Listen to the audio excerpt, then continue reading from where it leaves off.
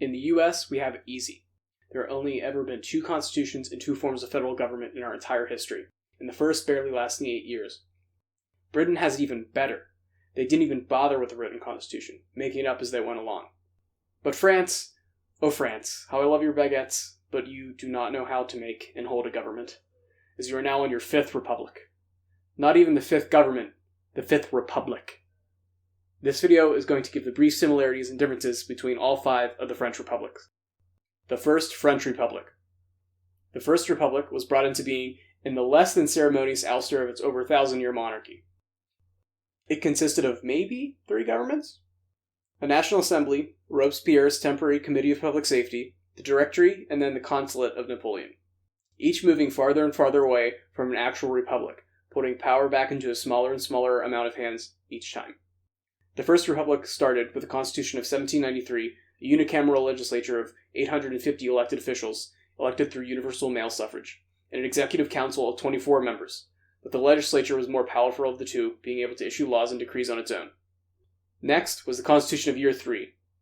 Please, if you ever overthrow the government, don't change the date system. It also split the unicameral legislature into 2 houses, the lower chamber being called the Council of 500, and the upper the Council of Ancients, which gave executive power to the so-called Directory, made up of 5 members, hence the name that this government is known by, the Directory. After Napoleon overthrew the Directory in the coup of Brumaire in 1799, he founded the Consulate, Constitution of Year 8, which had now 3 chambers, the Senate, the Tribunate, and the legislative body.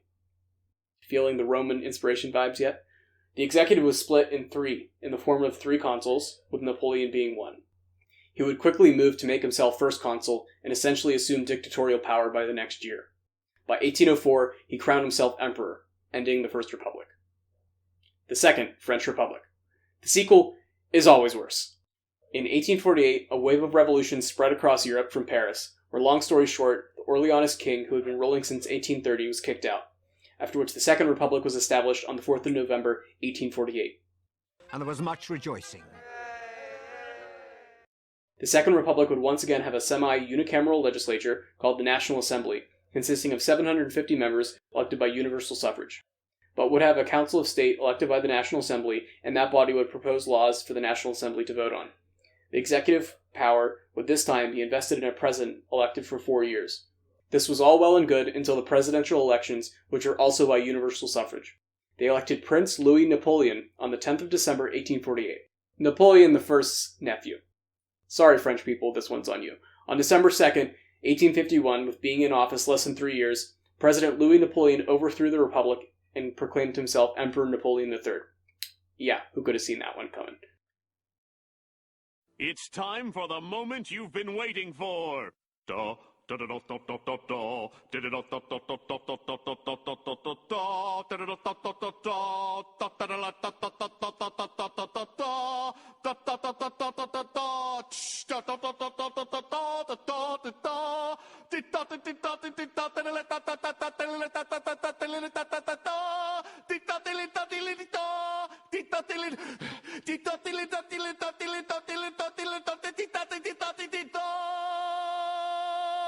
Preparing the Krabby Patty! The third time's the charm, as they say, and the Third Republic was actually fairly decent, surviving longer than the current Fifth Republic. After Napoleon III's empire essentially handed its title to the Prussians in 1871 during the Franco-Prussian War, and after a brief stint with communism in the spring of that year, France accidentally voted on the form that the new government would take. Not a very auspicious start. The foundation of the executive branch passed by one vote, 353 to 352, in the Assembly discussing the new constitution on January 30th, 1875. Although having a president, the new republic was somewhat akin to modern Britain's parliamentary system, having a lower chamber of deputies, and the higher chamber having the Senate, with the prime minister being the true executive power and the president being the figurehead. From the outset, the government was not on steady footing and was rocked by scandal literally its entire existence. It also had the problem of being a parliamentary democracy. Normally, in a fully presidential executive system, like the US, the president cannot be overthrown at the whims of the legislature and can only be replaced every 4 years, giving a sense of stability. But in a parliamentary system, prime ministers can get whipped in and out at an astonishing speed. causing the Third Republic to have over 107 cabinets and prime ministers overthrown in its history, an average of 2 per year. On top of the scandals, this would essentially cause the entire system to be extremely unstable, and most see it as a miracle it survived the First World War at all. Which brings us to the unceremonious end of the Third Republic. The final straw, or in this case, panzers, that broke the camel's back was the Wehrmacht as it tore through the Ardennes and crushed France and ended the Third Republic in the early summer of 1940. The Fourth French Republic. Honestly, at this point, it's just getting old, but nevertheless, here we are. On the 13th of October, 1946, France adopted its Fourth Republican Constitution. The problem was, and the reason it just barely missed 12 years of existence, collapsing in 1958, was they essentially adopted the same form of parliamentary government that the Third Republic had been. And to be fair to them, it lasted an extremely long time, but much of that was precariously unstable, as previously mentioned. They did, however, switch up the naming scheme a bit, keeping the National Assembly as the lower house and having the Council of the Republic be the upper house in Parliament. Further instability in France's unstable multi-party parliamentary system led to 21 governments in only 12 years, eventually seeing it collapse during the crisis of the Algerian War. The Fifth French Republic. Finally, the Fifth Republic, the one that Macaroon is president of today.